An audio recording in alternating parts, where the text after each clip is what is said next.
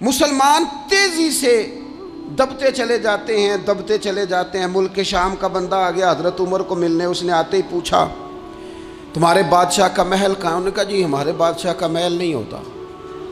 हमारे यहाँ लोगों ने समझ लिया ना कि रोब शायद कपड़ों का होता है, रोब शायद गाड़ियों का होता है, बंगलों का होता है, बहुत बड़ी कोठी का रोब होता है। और नहीं भाई, रोब तो बंदे के किरदार का होता है,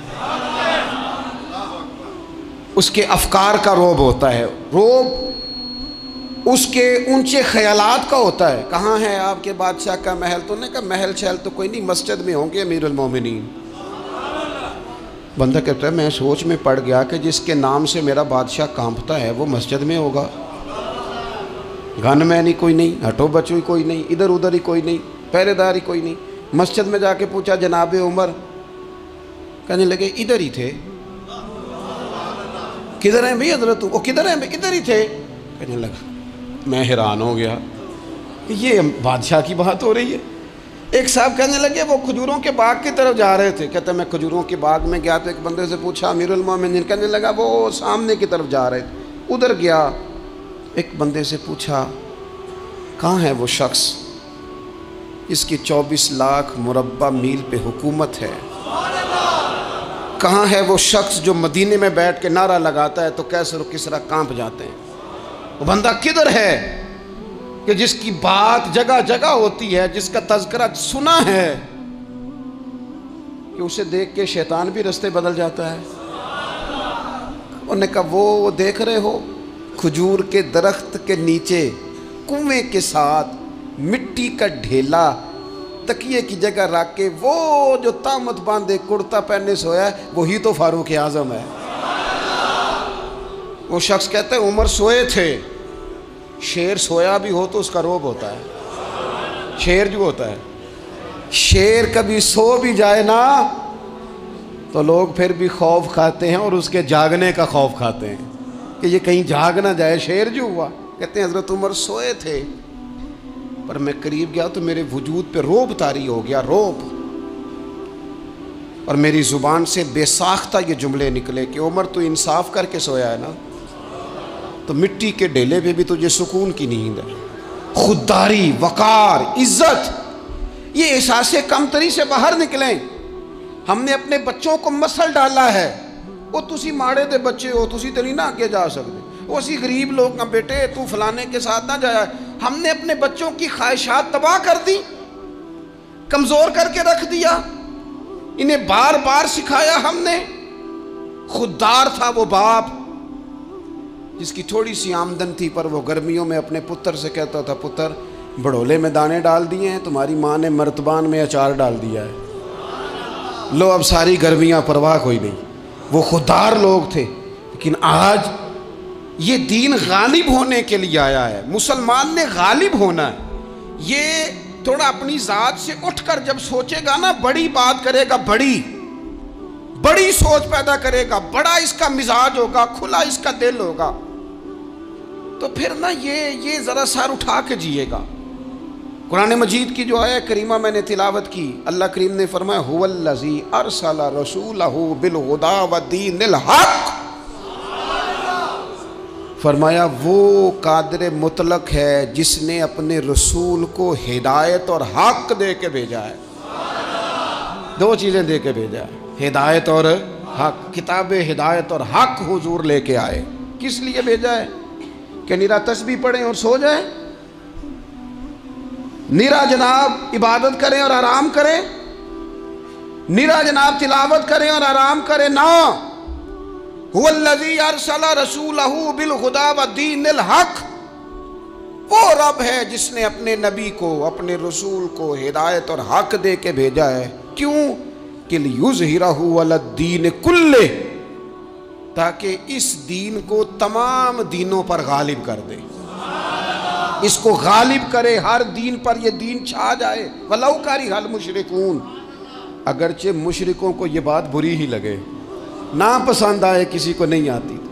लियुज़हिरहू अलद्दीन कुल्ले ही, ये दीन गालिब होने के लिए आया। गालिब, तू नमाज भी पढ़, इबादत भी कर, लेकिन ये भी ख्याल रख कि दुनिया में नमाज वाले नबी का निज़ाम भी कायम करना है। तेरे पास निरी मस्जिद नहीं होनी चाहिए, हुकूमत भी होनी चाहिए। मुसलमान के हाथ में निरी तस्बीह नहीं होगी, ये इनाने हुकूमत भी चलाएगा।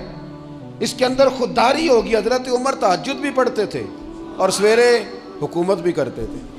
हजरत सिद्दीक अकबर सारी रात मदीने वाले की याद में रोया भी करते थे और सुबह उठकर तलवार लेकर नबी पाक अलैहिस्सलाम की ख़त्म नबुव्वत के मुनकरों के ख़िलाफ़ जिहाद भी किया करते थे।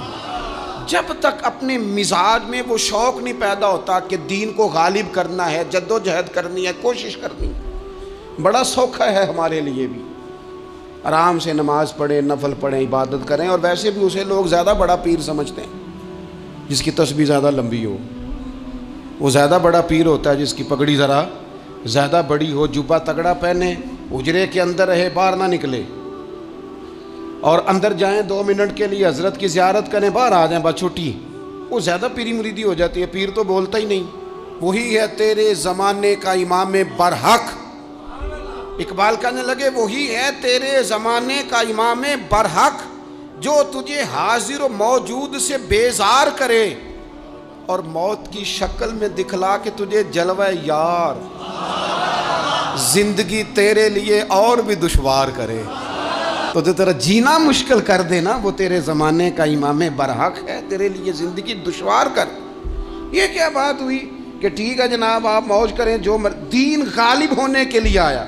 दीन के मिजाज में गलबा है, दीन की तबीयत में गलबा है। दीनदार छा के वक्त गुजारा करते हैं। अल्लाह ताला ने इस दीन के अंदर वो करार दिया है, वो वुस्सत दी है, वो दर्द दिया है, वो ज़ौक़ दिया है।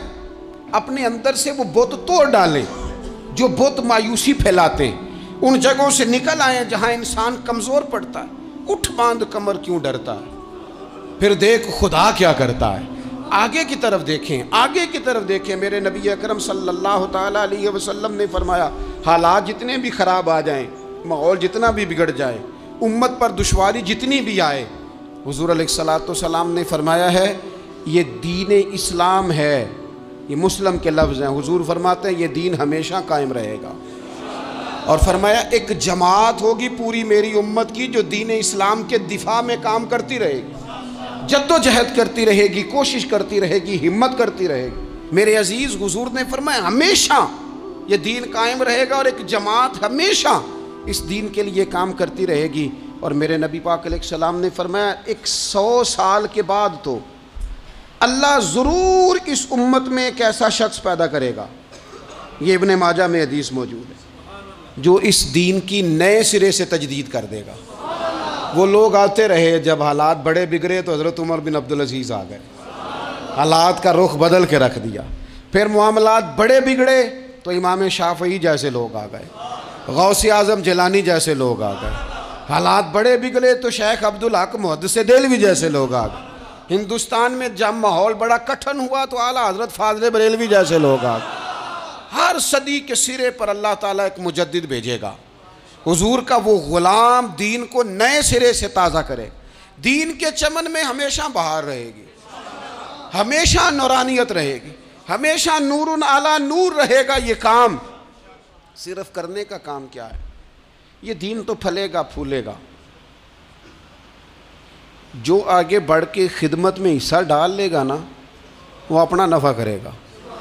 ये कुरान पाक है, या अय्युहल्लज़ीना आमनू इन तंसुरुल्लाह यंसुरकुम व युसब्बित अक़दामकुम। अल्लाह फरमाते हैं लोगों, अगर तुम अल्लाह के दीन की मदद करोगे ना तो अल्लाह तुम्हारी मदद करेगा।